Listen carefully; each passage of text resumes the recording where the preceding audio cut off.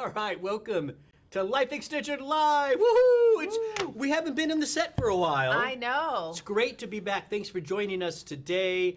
A fabulous show today. Very interesting. I love this topic. It's called neurohacking.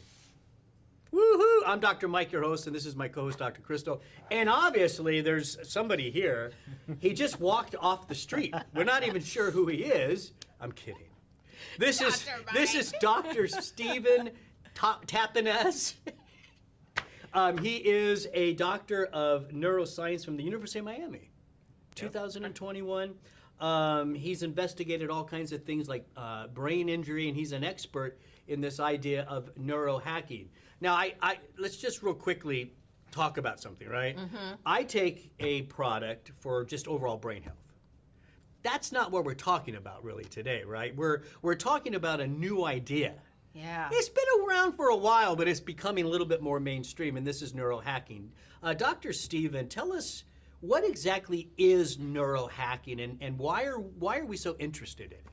So neurohacking is essentially the attempt, and usually otherwise healthy individuals, to try to enhance and optimize their brain performance. So we think about, people even just in the morning, where the first thing some people want is their morning coffee, right? Mm-hmm. You kind of want to get going, get your day started. Yeah. We need it. Exactly, right? Yes. You're doing good so far. There are some key domains that neurohackers, which is now this term that we've taken on, that they try to improve. So for example, we want to reduce the amount of mental fatigue that we have, throughout the day as we start to hit that 2 p.m. feeling at work. We don't want to get rid of that. We also want to improve attention, memory, and stress resilience. So just kind of these 4 domains that they come together to help us enhance our brain, sort of hack our brain, and keep that function going throughout the day. But just to confirm, because a lot of people already take like a brain supplement, right? So so they could continue with their normal brain supplement. Correct. This is stuff that's about that everyday performance, right? Yes. That's kind of what we're doing. Exactly. Okay, gotcha. Good. So we're not talking about a chip in the brain, No, right? not at all. Not at all. When you say neurohacking, that sounds a little scary. Not yet. And Not yet. maybe we'll get there maybe one day, in the future. you think? Maybe. Hopefully not, but we'll see. Now, so Dr. Mike mentioned most times the focus when you think about brain health is preventing age-related cognitive decline. That's what I'm trying to do. Did you learn about neurohacking during your coursework? And I'm curious with you, Dr. Mike, did you learn about this in med school? I'll tell you now, no. What did they teach you about hacking the brain? Nothing, guys. And Dr. Stephen, your experience could be different, but in medical school, it's all about disease and how to treat. I mean, people come to us because they have a brain issue. Right. It's not like, oh, I gotta have more brain energy by 2. Right. They come to you when there's a problem. I can't, find my keys every day because I can't see anymore. Which we can hack the brain to fix that. Oh, taking on my business. Dr. Stephen, what did you learn about all this? So, in my experience as a student, what we pretty much learn is how the brain works, and then, like you said, these diseases and things that are being done to treat them. But this idea of neurohacking, I think it's still kind of new. It's something that on the side I've discussed with people, kind of just thinking we have these different approaches. What can we do to help, again, improve our brain performance? But traditionally, I don't think it's really appreciated as much in general coursework and, like academia, for example. So this is, I think, something that's great because it's really this new field that we're starting to discover. We're starting to see the benefit that we have, again, not just in cases of cognitive decline or aging or disease. We have young people, healthy people that are doing these strategies, and it's helping them with their brain performance. Yeah. Let me ask you, I'm going to try to give an example because maybe this will help some people. Yes, maybe. And then I know you want to get into like how this is all really working. Yes. So maybe this has been going on longer than we think. As an example, in medical school, after studying all night and sometimes for 2 nights, like just ongoing, you get to that exam, and we would take caffeine pills to just give us that boost in that 2-hour exam period. Is that kind of neurohacking just for that moment? So in a way, yes, but the thing about these caffeine pills, for example, is they're not really a sustainable approach. So the idea with neurohacking is taking these daily approaches to get that same benefit. Yeah. We kind of take these caffeine pills, we get jittery, our heart might kind of speed up and have these Right. weird Yes. feelings, and then we Yes. crash after the fact. Yes. All three, I right? think You know, I think so- I actually fell asleep during an exam. Right. Oh no! Well, it's the all-nighters. So It's you're o- on the it's o- caffeine all night. It's okay, I passed. Well, thank goodness. But it's the caffeine all night, right? And then the next day, I think for me, what I found is during my exam, I'm so jittery. My brain, it's almost like it's It's scrambled. too much. It's too much. It's yeah. scrambled, and it's not working. Yeah. Exactly. So how does it really? So what are we like? You want it right? That's Yes. like what is really going on? Right. When What we are talk we about doing? neurohacking. Because, and I'll tell you this, I was always taught, now of course neuroscience is not my area of specialty, but I was always taught with brain cells and neurons, and once they're kind of gone, once those connections are lost, you can't really reconnect. You can't really grow more neurons. So are we doing that? Are we, what is exactly, what's happening in the brain? So pretty much what we're trying to do in the case of this neurohacking, there's two approaches that we kind of think about. One is synaptic plasticity. So that's essentially like muscle memory, right? The more you do something, the easier it gets. And in this case, we're doing it in terms of things like reaction speed, attention, memory. And then there's another domain called cognitive reserve. So the way that we can think about this is, my analogy is, let's say that you take a highway to work, right? You have this path you take. But when there's a traffic jam, you want sort of another approach to get to the same area in a similar time. Okay. So our brain is trying to use different pathways that we can then reach the same goal. Yeah. And it kind of gives us that, again, that reserve or that resilience in the brain. And we're taking Wow. those two approaches to try to enhance this function, optimize our performance, and then, again, in a sustainable fashion where we're not taking these caffeine pills Yeah. after being a little up for more 2 healthy days. approach. Wow. Exactly. Yeah. So, that will help us with our Yes, shows. everything can help. Yes. Think about it. When Dr. Mike throws me off, and those of you who are watching, thank you so much. Barbara your mom is That's my on. mom. She has a watch party. Woo! Best mom A ever. watch party. When Dr. Mike throws me off Oh, I during the love her show, picture. and it's the path that I think we're going down, and then Dr. Mike veers off in a different direction. Yeah, yeah. That's the cognitive reserve needs Yeah. to kick in to Yeah. help me out. Yeah, and I do that on purpose. He's- I really, It's a test, there's really yeah. no need for me to do that, but I do it because it's fun. Hey, so again, we talked about neurohacking and all that on a podcast once, right? We did, yeah. It was biohacking, and this is kind This of is now just more for the brain. more Yeah, we did specific. this whole thing on like body biohacking and stuff like that, and we were really interested that there are true outcomes when you look at the research that they're measuring. It's not just subjective. Oh, I feel better in this moment. That must be something good. There's real measurements of memory and attention. What kind of things are you looking at really when you to judge a bio or a neural hack? Is it good or not?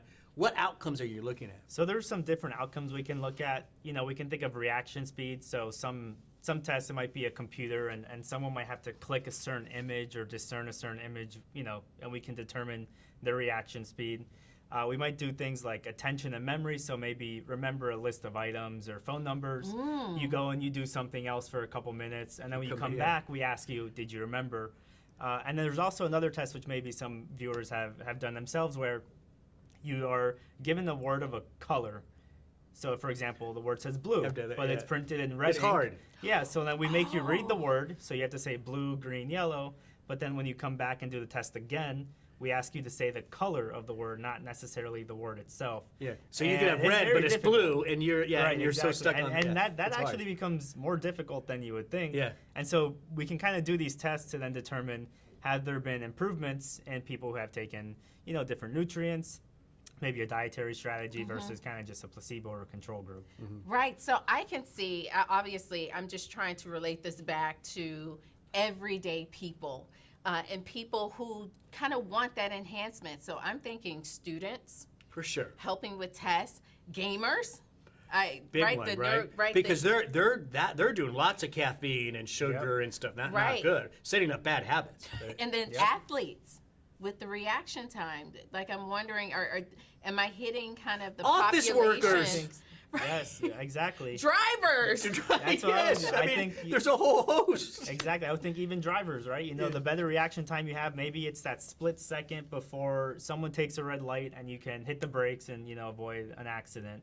Or even just in a day-to-day scenario. Let's say you forget your shopping list at home. Who wants to go back to the store again? We can try to remember everything that we need before you go home and then realize you forget, the eggs or something. Moms. I mean, Yes. career, kids, all this kind of stuff. Humans tend to think we're good at multitasking. We're not. We're not good at that kind of stuff. We're good maybe at one and we kind of neglect the others, Yeah. but we barely do it and we check it off our list. Maybe just if you're been asked to multitask at work. Yeah. This might be something good. So, as a nutritionist, and I know that the focus is nutritional neurohacking, this gets me really excited. Yeah. And during my coursework, just like you, we talk about general things that can help the brain. Blueberries, for one, we know and love blueberries as being brain food. Eggs, lutein, and I actually saw a chart yesterday showing, berries, polyphenols, carotenoids. Yeah, there's that lutein. This is one of the infographics that's in a protocol that Life Extension put together on nutritional neurohacking. Yep. Yeah. But going back to the lutein, and then of course I would love to get your feedback on what you're seeing in the research. Am I coming close to those nutritional components? But everyone thinks about eggs with lutein, but the green leafy vegetables, kale seems to be one of the highest sources, spinach and broccoli. Sounds good. So those are some of my top brain foods. Am I on the right track? Yeah, absolutely. I think these healthy foods that are high in vitamins, high in minerals, things that, our brain is very demanding, right? It's using so much energy, just even when we're not thinking about it, that it's constantly doing stuff, even things that we're not aware it's doing. And so all of these different nutrients that can help support the brain, support brain cells, these are really some of the cornerstones of, I would say, the foundation of this nutritional neurohacking. Then we also have not just necessarily leafy greens, but kind of, as we saw, nuts are a big one. Fatty Can we fish, put like lean fatty fish, infographic back such up, as guys? salmon. Yeah. Here we go. So people familiar with the Mediterranean diet, that's I think a Right. great example. All these different healthy foods that we can do to round out our diet, but also help support the brain. Now, as a life extension scientist, right? Did you played a role in putting together this infographic? Yes, right? yes. I along with the protocol, which we combed through a ton of research, spent a bunch of time putting it together, trying to find high quality research that shows effects and helps. Water. Yeah, exactly. Some things that you might not even think about. And it's interesting that as you guys are talking about the food, I'm looking at the comments, and the comments, it's funny, they go directly to the nutrient side of it, like the supplement side of it. And Dr. Crystal, I know you would say, even to your mom, look what she's saying, you would say, Mom, hold on, food first. Water Food first. Water even first. Just water. Water is firster. More first. Yeah, so that's great. So, Right. so her list you agree with, and it's pretty good, right? I do agree. And I think as we get into nutrients, High five. and again, for example, water.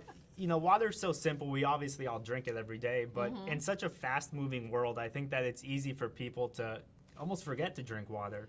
There's Very times true. that, at least myself, I've gone home and I thought, man, I had maybe one glass of water all day, and I realized Very just how true. thirsty I am. Yeah. And such a simple approach and simple change can really be, huge for the brain. Yeah. What about, so some of the nutrients that were shown there, lion's mane was one. Ginkgo biloba. Ginkgo, Yes, yes. it's magnesium threonate. Yep. Oh, was yes. shown on their fish. Would you agree that those all could play a role in neurohacking? Yeah, absolutely. I think going back to blueberries, blueberry extract has been shown to have nice cognitive benefits for people. We have things such as fish oil. Again, I think we mentioned ginkgo biloba, Yeah, and that's gotu another kola as well as another one. So these all together kind of help support the function that we have to help enhance our cognitive abilities. And in some cases, these studies have been done where they've looked at the outcomes over weeks or maybe months. But again, going back to coffee, there's a desire for, I want something short term. I want it now. People Need do it like to that. work fast. They want that. They do. And there are also some nutrients that have been shown to act, within a few hours, some cases in as fast as 1 hour. So Wow. sage extract is Okay. one of them, peppermint oil, even surprisingly curcumin, which people are pretty familiar Turmeric with. extract. so- Exactly. Yeah, And very curcumin is, not just at that point supporting the brain, but But whole even, body health. okay, even if those are a little quicker, right? The key message is these should be part of your daily. Exactly. The food, a supplement or two. So if you're a student, you don't just do this for 1 or 2 nights as you're studying, right? Right. It needs to be all semester, let's say, or something like that. So these are daily supplements, right? That you would want to Right, take. and I think that's the beauty of this approach because we have things that we could take daily for both short and long-term benefits, as opposed to you're not taking a caffeine pill every day. I mean, I hope you not. might, but I No. hope not. No. That becomes That hurt just- my heart. Yeah, it's unsafe, and so Yeah. we have these natural approaches that we can then combine for sustainable, benefit as opposed to sleep deprivation, and then you offset it with a caffeine pill, and that's just Yeah. Yeah. Now and then you, you're just up and down Yeah, in a it's just bad not- cycle. you made me think about something when you mentioned sleep deprivation, things that we shouldn't do, right, Dr. Oh, Mike? good. Yeah, I like that. Let's what shouldn't we? Right. so. I mean, from a dietary perspective, we do have We like got excited about Yes, that. we did. obviously. We did. Unless you notice, we get excited about things. I think there's dietary things that we can avoid, and then there's also lifestyle changes, right? So when we think about diet, for example, it's unfortunate, but a lot of people do eat what's called a Western style diet, so it's Okay. high in fat, high in sugar, and The I mean, sad even, diet. Yeah, exactly. Even But the think bad about fats. the bad fats, yeah. So like Yeah, the trans. saturated fats and all these things, and so Right. we think about, let's say you eat a bunch of sugar. It's a sugar crash. We get Yeah. this sugar high, but then we crash, we feel bad, and we're kind of trying to recover from that. Mm-hmm. Another dietary component is something called advanced glycation end products. So these are essentially things that are formed when we do cooking with frying or grilling, so this high heat cooking. Yes. And I mean, don't get Now, me wrong, hold I on love now, fried slow down. foods. I Slow know. down. This is where we have to I bring know. out Hold the on sad now. music. Yep, I Now, know. Cue hold the on. sad music. I don't Doc. mean I'm to be from a party Texas, pooper. Dr. Steve. I like my grilled meats. Me too. I don't mean to be a party pooper, but there are these things where, maybe we can try to cut them out a little bit, Yes. eat them in more moderation, Yeah. and then again switch to maybe that more Mediterranean style diet, these fresh Mm-hmm. fruits and vegetables, a cleaner source of protein. Mm-hmm.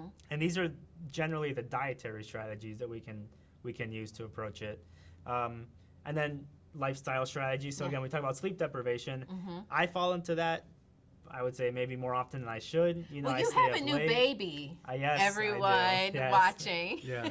He's I think he's the cutest baby out there. But I'm a little bit biased. That's but I'm fine. sure if you saw him, That's you might fine. agree. Yeah. But so we have these things such as, just go to bed early, try to get a nice sleep schedule.